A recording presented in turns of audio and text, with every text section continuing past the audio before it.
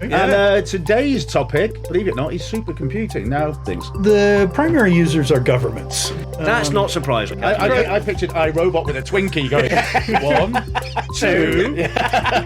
Cryptocurrency, which again are GPU centric.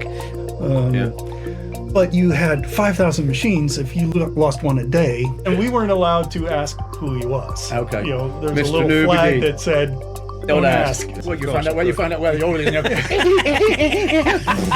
Yep.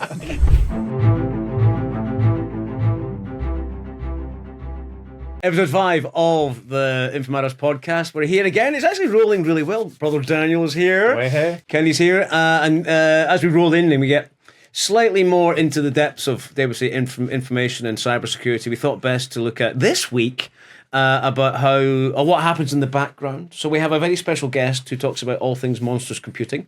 We'll come to that in a second. And Danny has the order of affairs, the business of the podcast, huh? Yeah, again, thanks to Xtelligence, who powers the InfoMatters podcast. As we mention weekly, thank you all for the new subscribers. You rang the bell, you subscribed, and you probably had a dump in the meantime. Again, we've a recurring theme. It's coming, and guess what? Today we've got parallel dumping. Yeah, which is a new phrase on me for sure. So again, for any of those out there in the IT community or want to get involved in the IT community, I'd love to be part of this wonderful thing that we call computing. Drop us a line, host@infomatterspodcast.com. Or you can click on the link below. Remember, ring the bell, subscribe. Today we've got an amazing guest in our secret bunker who's on the run from the FBI. So if anyone out there knows anyone from Langley, you'll know this dude. Exactly. So Kenny, if you'd like to introduce our first guest. Yes, we have Ward. Well, only guest actually. Our only guest. We are not awash with guests this week. But Ward comes to us to a recommendation from our production team. Probably the first guy, Danny, we have not worked with in the past. Kenny, funny you should say that because Ward has worked for the company we did the biggest migration. And the second pharmaceutical company worked for them also. I did my research, but obviously I was busy this week. And, so we haven't worked directly with them, but the same email address for a while. We've passed in the hall some. We've passed in the hall, chuffing away on a cigarette, getting a The world is small. The world's small. Yeah. So thank you for coming on the show, Ward. And today's topic, believe it or not, is supercomputing. Now, I can't proclaim to know anything about it, apart from I'd love to see the Hadron Collider, but that's probably not. A story goes this week, they're making that bigger, but story for another time. So if we disappear in the meantime into a black hole, then we can blame Ward. Somebody fired it up, exactly. So Ward, over to you. Tell us a bit about supercomputing, how you got into it, and what is it, by the way? And what is it? Yeah, is it a giant computer or? I mean, it's a lot of computers. Yeah, right. So supercomputers is all about getting as many computers coordinated for running specific tasks. Okay. And to try to split things up into small pieces and parallelize everything. Got it, yeah. I'm talking big. How big are we talking? Yeah, so if, for example, the iPad's an octa-core or a normal PC is a quad-core, what are we talking? The current supercomputers usually have 64 cores per CPU. How many CPUs? I was about to say, what are we talking? A car park's full of them? So I believe the current number one supercomputer has 500,000 CPU cores. That's a lot of computing. That's a lot of computing. How big's that? I mean, you're talking car parks here. I mean, they take up a lot of space. Wow. But another thing is you want to reduce the size as much as possible, keep your cable run short. Yeah. Because if you have 500,000 CPUs, you're talking huge. So they try to pack the racks as tight as possible. So I mean, a supercomputer, to put it in layman terms, someone like myself, if I walked into a large corporation's data center, would that resemble how a supercomputer would look, like racks and racks? On the surface, it looks the exact same. Right. So you have your rows of racks that I imagine are all cabled in similar ways. It's just the use case that's a little bit different in compute terms. Is that correct? It's the software and the organization underneath. I see. Like cloud computing, you tend to have bigger computers and more variety of computers. I see. Supercomputers, you generally have your storage servers, your database servers, your processor nodes, and your front-end nodes. So you only have kind of four types. Entirely dissimilar from your average enterprise class data center as such. Very similar. Very similar. Okay, so that's cool. So I have in mind car parks full of, or shipping container. These things are not mobile. These are fixed, I imagine. Somewhere. Correct, because of their size. Cable if it's mobile. Right? So they tend to go back to the old Nokia with a car battery. Node 1's gone down. Can you send in Bobby Nutmeg? Absolutely. And what would be the kind of I mean, before we discuss who would use these types of organizations, what are the typical use cases for these things? The primary users are governments. That's not surprising. FBI. Yeah, see? No, don't know anything about that. Don't ring the bell. But other corporations like pharmaceuticals, who they do protein folding to match the drugs. I have no clue what that is. Is that some sort of emulation? So what they do is they try to simulate or test the drugs without having to use animals or people. Okay. Okay. So they test it first in the computer, then they move to animal testing. Plastering on a dog. I pictured. Somebody said dolphin. We're all dolphin friendly. I pictured iRobot with a Twinkie going 1, 2. I suspect it's faster than that. Yeah. So the next biggest group is like the oil industry. So they take sonar of the Earth, and then they use a supercomputer to calculate where oil is most likely, and then they drill. So they use that for analysis. So the first sort of use case is basically lipstick on dogs. Yep. The second case is fly to Emirates. Yeah. So lipstick on dogs. I mean, there's probably slightly more. And what's why is it specific to those kind of it? Is it purely because of the amount of data that needs to be analysed at any given time? The volume of the data and the parallel nature of the data. So with like the oil industry, you have all these sonar readings and radar readings and satellite imagery, and you can isolate down to like a 1 kilometer area, right, times the entire planet. Oh. So and it's ever evolving, so there's highly repetitive, right? Okay. But it'll for that 1 kilometer area, it'll take a desktop computer 5 hours to calculate whether there's oil under that 1 kilometer. Okay. I see. Now, times up by the entire planet, that's a lot of Pentium 186s or 386s, I imagine. So you need a million computers. Showing my age here, but exactly. Okay, and this is an ever-evolving thing. So that use case there, now that you found the oil, I imagine there's some modulations you can run about how long it takes you to take it out of the ground and all that kind of good stuff. Okay, so lipstick 'em dogs. And we've got and then of course so that's that. So does a crypto? What you said? Crypto mining crypto. I was going to say, is that a more recent use case? On a supercomputer. Because it's all I'm getting this right. These are all GPU, not CPU intensive. It depends. A lot of them use CPU. Okay. Mainly because it's easier to program. GPU is harder.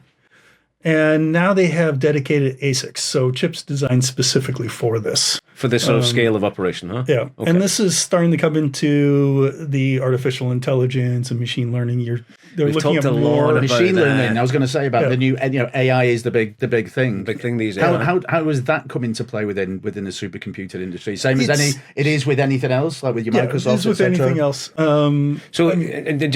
Just to maybe guide, because I'm fascinated. So is this AI stuff? Is this a prime time use case for supercomputing? Yes. So behind the AI, there's some sort of. The supercomputing's always going to, I guess, been there. We've just found a new use case, right? Yes. Got it. I haven't specifically done AI on a supercomputer. My focus was more on weather forecasting. So I worked. So why is it shit in Manchester every day? Dad, if you're watching, ring the bell. Give us a call now. And any time, and of course, Scotland, where I live and work, it's just. I mean, there we go. I was going to say Scotland and Manchester are all very similar. So maybe the computer can tell us why you living there. That doesn't require a lot of computing, that kind of stuff. Don't need a supercomputer to know. Move to the Mediterranean. No, exactly. Hawaii, as you mentioned before. Billy Connolly once said when he went to Ireland, he said, "Don't worry, folks. I know an even colder place, Scotland, and of course the rest is history." So weather, lipstick 'em dogs. What did you say, Twinkie? iRobot with Twinkies. But of course, more recently. We talked about AI, Danny, in an earlier podcast. With this super ability, and of course, the evolution of computing, everything gets faster. I have a good example to show you guys in a second. I found it this week. Do we have something to be scared of? I mean, is this thing learning about and building not itself? Everybody has one of these, do they? I mean, you knock on IBM door and Watson will go away. Given the size of these, you don't have to worry too much. Okay. The dangerous people already have them with the government. So the governments have this stuff, and they can. So I mean, Kenny, I think one of the good things is because we talk a lot about cybersecurity. Yeah. How secure are they? I mean, I'm sure the networks are set up completely different to a normal network, like AWS, for example. But so the standard layout is you have these front end nodes which have internet access, and they have access to a private network. Okay. In the back. then they are generally quite hardened. Usually they have dedicated security teams. Good to hear. Usually have a blue and red teams. No penetration testing. Good. And the red teams are really scary people. Yeah. Because these are usually... They tend to be in Israel, don't they? I was going to say we met a few of those. Scary looking and scary biting. They're all called Ziv. No offense to any Zivs out there. All Zivs are loved, Yeah, and I've had to work with military security, which is a bit intimidating. I can imagine, yeah. So they are isolated to a degree. Yeah. So these things are not going to be self-aware to anytime soon. No. Okay, just check. But the front end nodes are heavily regulated, heavily monitored, and then these back end nodes. So you'll have maybe 10 front end nodes. Okay. Yeah. And then you'll have maybe 5,000 back end, processor nodes. The security on them is actually quite light. Okay. Yeah. Within government supercomputers, most of the people using these are universities. Okay. They're usually farmed off for these research tasks instead of corporations or the government itself. So does that mean the university builds them and then, or the private organizations build them and the universities use them? Well, the government, either the government or these big corporations will build them. In the case of the government, they offload the actually using them to universities to do all their core research. Okay. In the case of like the oil industry, they're kind of unique as they build their own and they run their own. I see. And they don't share with anybody because the data on there is worth billions. Well, you find out where the oil is. Take a big hole, exactly. And you don't want an average person finding out, because I imagine. Well, I mean, it's prime time cybersecurity target, right? When you can find out what the oil is. I mean, I'm not assuming my kitchen utensils are enough to dig a big oil hole, but you get the point. I mean, because we've got supercomputing, the setup, and how it's powered, and then obviously the data. Well, I mean, what data? Yeah. The data's stored on a database, isn't it? So it's really the pure computing power, isn't it, that we're talking about? But the resulting information gains are where the IP is, right? Yeah. Yeah. And back to the security, well, the supercomputer I was on was quite well known. It was number 10 in the world at one point. And it was on a .gov address. We recorded our attacks per second. So we could literally detect port scans, ping of deaths, sync attacks per second. We would count how many we get. Go on. What did you count? We would easily burst over 100 per second. Wow. And for those that don't know, port scanning is basically, in cyber terms, reconnaissance. That's them working out where you get attack vector. They were looking. Trying to find the holes to get in, right? Yeah, so if you imagine a data center and you want to find which port, it's a lot of cables. Yeah, it's a lot of, and then the human terms, for my mother who's probably not watching, it's where you plug your internet cable. You're looking for the open door, right? Yeah, exactly. Yeah, because I had a situation where I was patching a server, and because of the patching, it opened a 10-second hole. Right, yeah. And they got in. Wow. Somebody just sat there. Somebody from Israel got in. It's like, claimed to be. Well, the IP was from Israel. With Israel, right? Okay. So we tracked it back then. We closed the hole, and right. It's funny, you go to jail for hacking, but then you hire the hacker to hack you. Yeah, exactly. Nobody out there, don't think about how, but you can get paid a fortune. Well, actually, talking of the, ethical hacking. Yeah, exactly. He died recently, and I was a big fan of Kevin Mitnick, who was the original ham radio hacker, and he ran from the FBI for many years, and then the FBI hired him. Unfortunately, he died recently, but he was one of the original stories, or the man behind one of the original stories in cyber threat, way before cables and all that kind of stuff. So if that, as you were saying, you're on the supercomputer, it opened a window for X number of seconds, and boom, they were in. Can you see down the line that supercomputing power being offered by companies as a service to help large corporations detect, malware attacks, in a kind of cybersecurity defense, like a SaaS kind of solution. Exactly. I mean, with the growth of cloud computing, I keep on thinking it's going to start learning more from supercomputing, right? Because the underlying hardware is very similar. Right. It's more the organization of how the jobs are ran and distributed across the clusters. Right.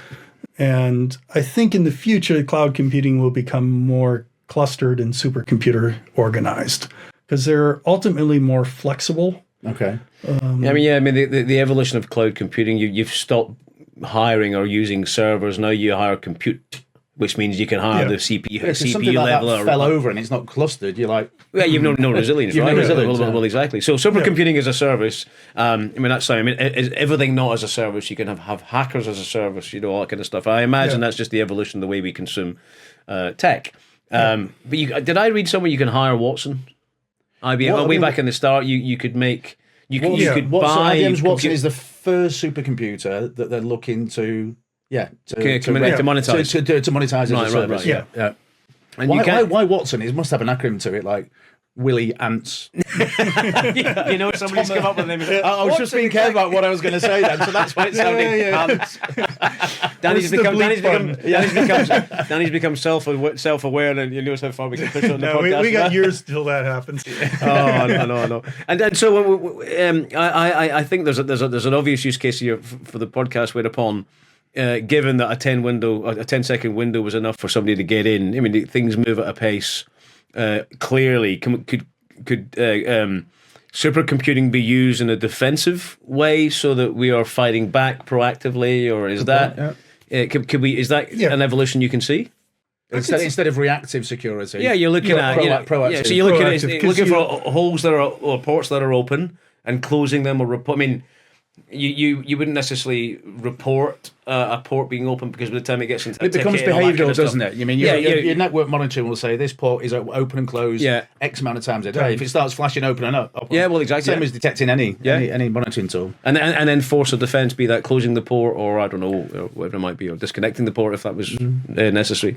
Could that be a use case? It would be, but there's a general problem of supercomputers. They do tend to have somewhat of a lag. From the point you put in your job, you usually design supercomputers to process a lot of data. So you sacrifice the quick response. Yeah, you sacrifice the quick response in favor of the volume of the overall data. I see. Everything is organized for volume. I see. So usually like a 5-minute response, even for a simple task, is normal in a supercomputer because it just takes that long to get into the computer, find a node that it can run on, get its response, and then kick it back through the system. I think Did you hear that? Our producer just yawned. He's looking behind the camera going, it wasn't me. That was nothing with you, was that? That was just cheeky, wasn't it? We'll have him shot. Post your comments below. Exactly. You know who he is, for those who knows who he is. Yeah. I'm tripping over my words already. Now that we've established that we've got some kind of proactive uses for super. I mean, I think everyone thinks supercomputing. I'm intrigued by this slow response because I think everyone thinks everything's super about it. But I imagine you trade off the compute against the data volumes for what might be should be a faster response. But you're trying to process as much as possible, and you don't necessarily need it right away. You usually have to wait days for runs to go. That kind of hurts my head a little bit. And does it? It does. Yeah. When you consider, it's a comment that you made before. The sheer computing power down to 1 kilometre of the whole planet. Yeah. Whereas another computer could take 5 hours to get you that 1 kilometre, but you're missing out the whole planet. So I'll just have that bit. Yeah. Well, you're not going to find. I definitely just cut around. I definitely don't think you're going to find oil and George Square and glass. Well, maybe you will. Yep. Maybe it's been there. We haven't dug deep enough. Whatever it might be. Then finally, somebody would find a use for George Square. I did not say that. Exactly. And so, kind of moving on in your career, how did you get it? How did you find yourself standing in front of this? I mean, were you doing the same the previous couple of companies that we've shared walking distance? Well, so I don't remember one being in the there, unless the data center was a parallel dumping as we speak. Yeah. Absolutely. So I was working at a company. I won't say the name, but it starts with H and ends with P. And I love it. And they had very covert.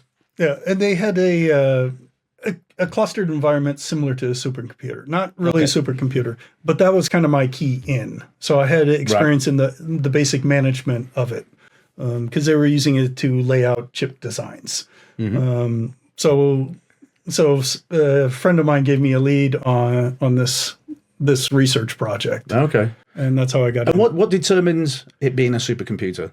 Is it pure scale? Or? It's pure marketing for the most part. Okay. Because, I mean, you can have a cluster that's got 5,000 CPUs in it and 20 nodes, or you can have them all, parallel dumping. Yeah. Yeah. Because when you see he these, really when you loves see these, parallel I love it, and we're going to get Ward to explain how you parallel dump.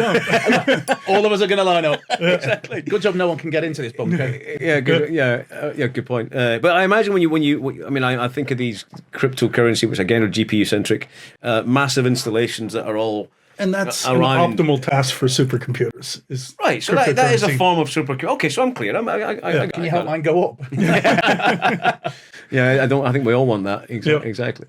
But I don't imagine there's what would be a kind of an example of a day to day. I mean, it's all research based. It sounds. It's mostly analytical. I mean, you mentioned crypto though. Why? Why is it optimal for those out there? Why is it optimal for crypto? So the main thing is to break up your tasks into bite-sized chunks. So it's the eating the elephant problem. How do you eat an elephant? You chop it up into chunks. Okay. Cryptocurrency, to mine for currency, you get a set of data and then you have to do complex calculations. Right. Your desktop can do it just fine, but it'll take 10 minutes. And you have a 1,000,000,001 chance of getting a coin, crypto coin. Yeah. But if I have 1,000,000,000 computers, in 1 second I get one coin. More concurrent running. Or does that lead as well into the kind of parallel dumping? Yes. It does. Thanks, Ward. See what I did It's there? not just me. In the podcast, dumping has been data related, although we love the idea that dumping. Yeah. Oh, you know what we're saying. Yeah. So the basic thing on crypto for mining coins, on a supercomputer, is you send 5,000 nodes. You send 5,000 requests that all mine. All of them finish, and they all dump. It's not me. They all dump out said information. Yes. Yeah. So the objective is always to find a task that takes something like 5 minutes, and then times 5,000. Right. That's how you do supercomputing. And their resilience, they're resilient? Or is Their resilience is very high, actually. Yeah, because it's low. I mean, they're all parallel. they're all doing the same job. There's no fluctuation. Well, they've got a chunk of data, and I imagine that if one fails, somebody else one else will pick up. While we were a research lab, we always tried to do 5 nines. So it'd be out 99.999. Yeah, exactly. And we actually rated our admins. So I, for a short time, had 6 nines. Holiday in Hawaii. Yeah, exactly. Which is downtime a year of minutes or seconds. I mean, I forget what it equates to. It's nothing. 6 nines is sub-seconds per year. 5 nines is like a couple minutes per year. Yeah, exactly. But the underlying systems were actually very unreliable because you'd lose disks, they'd overheat. But you had 5,000 machines. If you lost one a day, you lost its packet, but the scheduler would automatically send a new one. Right. So it'd fix itself. So you could walk into the data room and just turn off a machine. It won't have any impact. Zero impact. Your front end nodes are not that way, so they're redundant. They have dual power networks. And, your kind of classic data center setup, resilient. But your back end nodes are done as cheaply as possible, so you can buy as many as possible. Right. So no redundancy whatsoever, and heating's always a little dodgy because you have so many interacting. Yeah, sure. So tight. So you're never going to be dolphin friendly when it comes to powering these. Well, that's been the thing with mining Bitcoin, hasn't it? The GPUs really they consume powering. The only economical way to do it is with solar power. And even then, you can't generate. And I think Venezuela was talking about using energy from a volcano to power theirs. A friend of mine does it. My crypto is not that important to me. I'm just going up Mount Wobblewith and dip my phone into the lava. A friend of mine does it from the back of his Tesla. And I don't quite know, because invariably you still have to power the Tesla. So I don't know. And then the war started. Now energy prices. Well, exactly. So Tesla. It's not profitable to mine at the moment. Crypto got bombed out. Yeah. Well, exactly. And so as all of this computing kind of edges forward, one thing I saw that was very practical, and we'll put this on the screen. There's a website, I forget the name. Again, we'll put the link up. That looks at the evolution of password cracking. So simple passwords are cracked instantly. Really complicated passwords that take a long time. And the really complicated passwords, the time it's taken to crack them used to be 400 trillion years. True story. Now it's 23. And it's all that's happened is 3 years. And we'll put these on the screen so you can see. And I imagine that's down to the advancements in all of this sort of computing. Yeah. And the access to these types of computers. Because once you get up to supercomputers, passwords fall away real quick. They're just not secure. And that's because it's literally just got so much computing to and it's to cycle through the iterations. Yeah. And it's one of these jobs that are easy to distribute across the entire supercomputer. Okay. Right. I've actually done it. When I was at this company, I was actually the red team. Okay. Yeah. Red team's the guys that go after the holes and all that. Look for the holes. Try the break. Hopefully ethically, yes. Yeah. And during this time, the supercomputer, you schedule time on the computer. Okay. So university wants to access supercomputer, they get for so many hours. As an admin, I found a hole in the schedule where nobody was using the computer very heavily. So I, scripted up. So, I distributed 5,000 copies of John the Ripper. And which is actually a virus payload, a malicious payload. Yeah. And Jack the Ripper is famous in the UK for killing a lot of people. But that's a password cracking script. That's password cracking. Yeah. Okay. And I put the entire lab's password file in there. And it almost immediately spit back half the passwords, including the director of the office and the head security officers. That's why the FBI is knocking on the door. You knew too much. MI5, I don't really know him. So if you can't use passwords, what do you use? Two-factor authentication. Okay, so you have a second factor that's not... Okay. Yeah. Sorry, I should know that. Yeah, but yeah. So the second factor, of course, is outside the crack. Yeah. All the more reason. We covered up 2FA in the first show, actually, didn't we? Yeah, we covered it. Not MMA, not the... Yeah, they kept getting confused because we David on, who was had a bit of a bruise. Our friend talking about exactly. And we kept saying that, of course, if you're still using a single factor username password, that should be alien to you. And we've just explained why. Now, that ability to crack passwords, particularly if you've got supercomputing available to you, I'm not going to say anyone can do it. A degree of skill is required, but that's something that's relatively easy done. And surprisingly, a lot of universities actually have access. So people doing their doctorates and stuff like that do have access to supercomputers. And what do they get access to? Well, they can part of their research. Because I can't imagine what an interface looks like on a supercomputer, what software it runs. Do you just sit down at one screen and then there's a planet of computing behind it? I imagine can't picture it at all. Yeah. A lot of it is Unix scripts. And then just a tiny bit of compiled code would make up these work packages.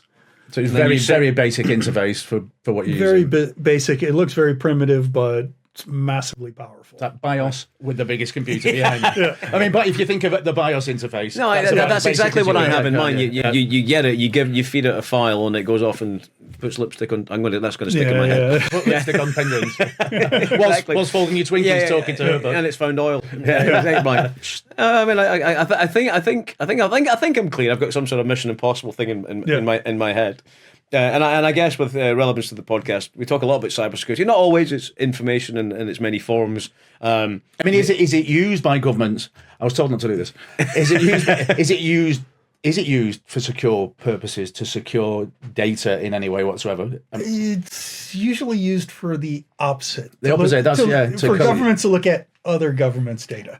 Yeah. Well, actually, another interesting point on this very point. For a long time, cybersecurity or cyber criminals weren't really interested in encrypted data because guess what? However, they're now starting to steal the encrypted data because they know at a point in time they'll be able to break it. So they've got chunks of data, terabytes, no doubt, sitting. And if you've got that kind of and if you've got this sort of computing power, you're laughing. Do you remember the 1984 film with? I think you're going to say Castaway with a lot. But I don't know what. IBM Watson. That's why it's in the precursor. So I always think people in the world have preconceived these ideas, and somebody said the Apple thing was in The Simpsons some years ago. They saw that coming, so well done, guys. However, in 1984, Matthew Broderick was in a film called, and he was playing War Games. War Games was a simulating machine, and they used telephones to hack into it, and he would piss off the school, and leave the phone dialing. And his phone bill must have been horrendous.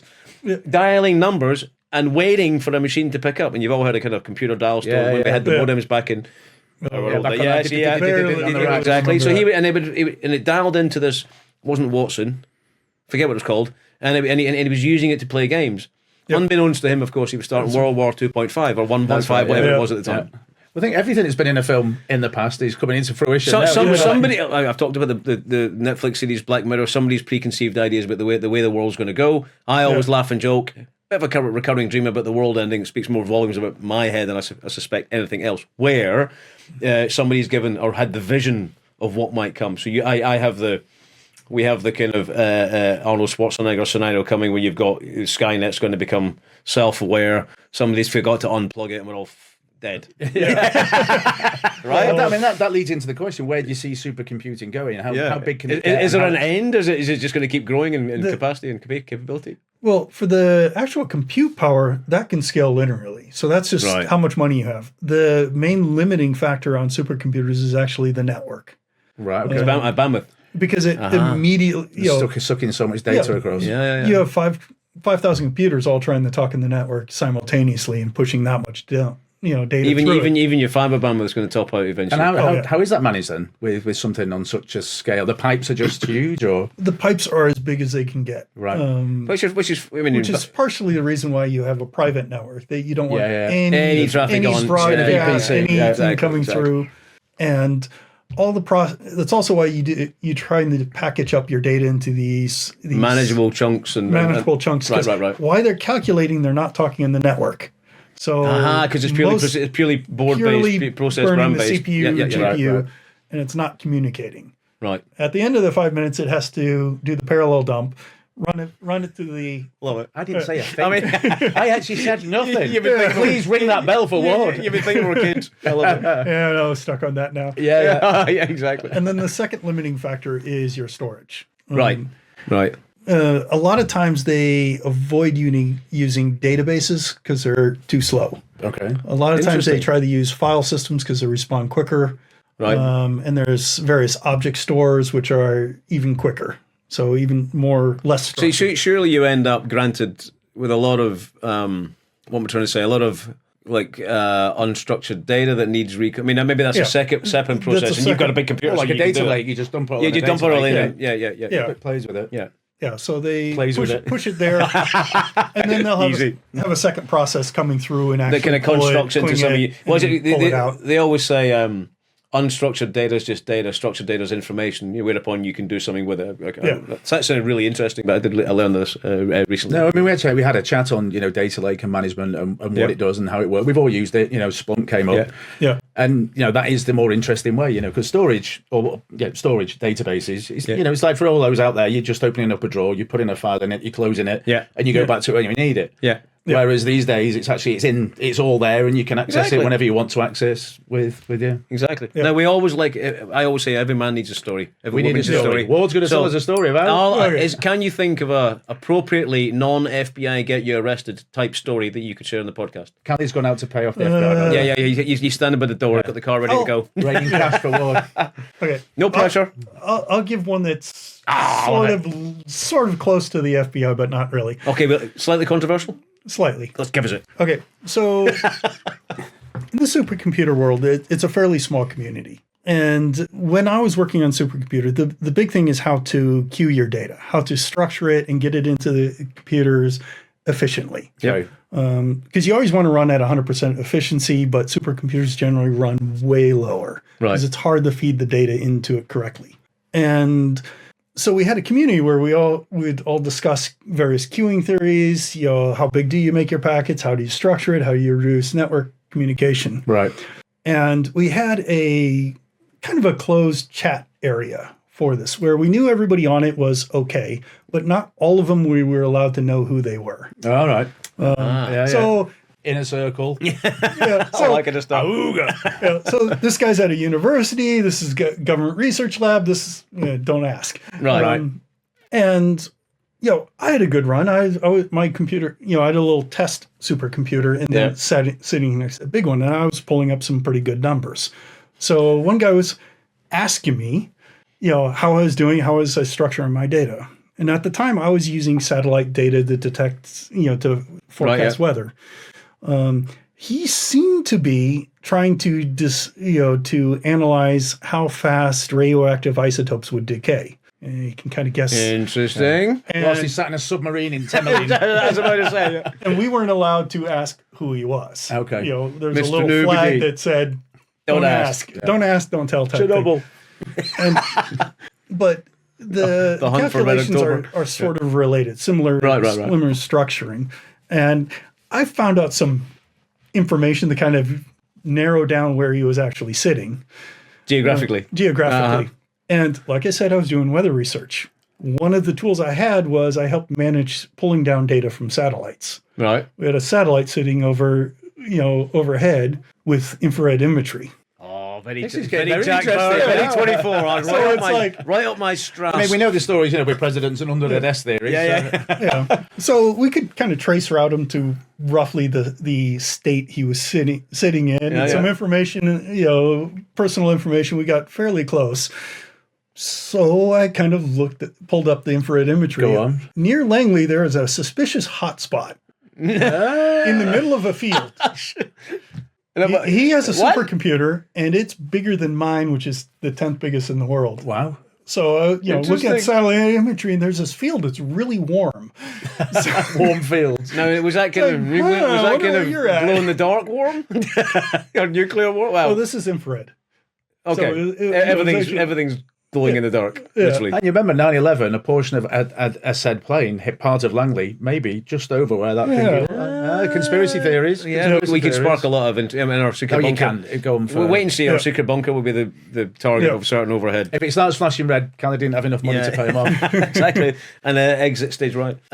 This is fascinating stuff. I never knew... Well, I mean, I guess I knew... So basically, for all of you out there, exactly. The reason the weather's not accurate is because they're looking at people sunbathing in Langley. They're looking at other slightly more important... I mean, they never get the weather right. I mean, hopefully they got that right, I'd suggest. Well, I mean, they must get the weather right. For hot and cold fronts. Or, I mean, tell us a bit about what... On our weather research, we could generally get the weather pretty good for most of the country. This is the U.S. I was working in, obviously. Okay, yeah. Is it that Miami? Hot. Is it Florida? Windy.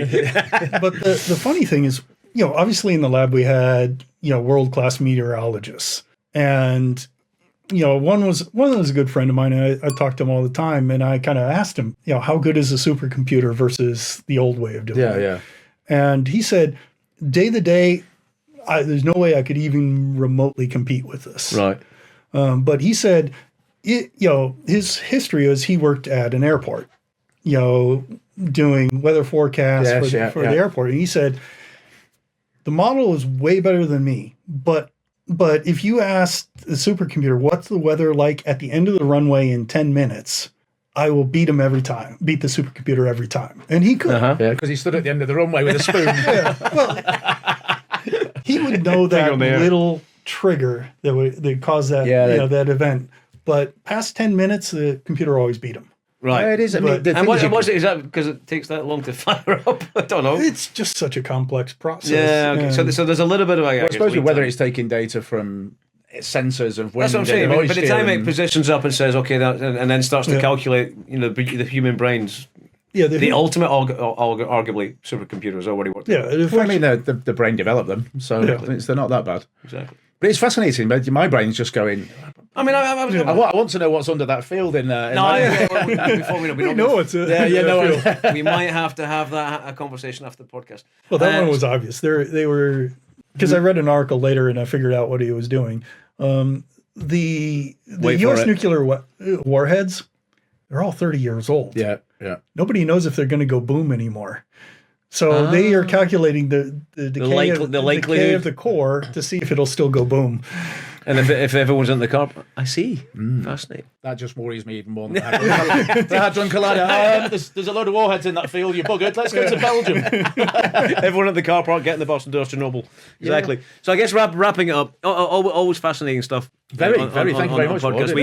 We're always fascinated to see where cybersecurity features, dare we say, how different technology can help us or hinder us. If you can take a picture of I'd love to see one. Just the interface of how it looks and pop as a screenshot. I envision somebody's going to do a war games and dial into the Hadron Collider, then we're all royally screwed. Fire that bad boy up. Exactly. It's always good when you think that the human race has developed something to make us disappear. That's what we've been trying to do. We can all just evaporate into the air. Exactly. So I think we'll wrap it up, Ward, for this week. It's been fascinating. fascinating to learn. And we'll share a couple of things out that keep the average person aware of just how fast and how much. And again, if you've got any questions for Ward, of course. we're all in touch. Just post them in the comments box. Send us an email to host at InfoMatters podcast.com. Yep. Don't forget to ring the bell. Exactly. And again, I'm sure we'll see you again soon. Honestly, it's been. We might have to have an alumni when we get everyone together. We've all shared the same email address once upon a time. And this room will get quite busy. But for this week, from Kenny. And it's this from me. We'll see you next time. Thanks very much. Take care, guys. Cheers. Bye, guys.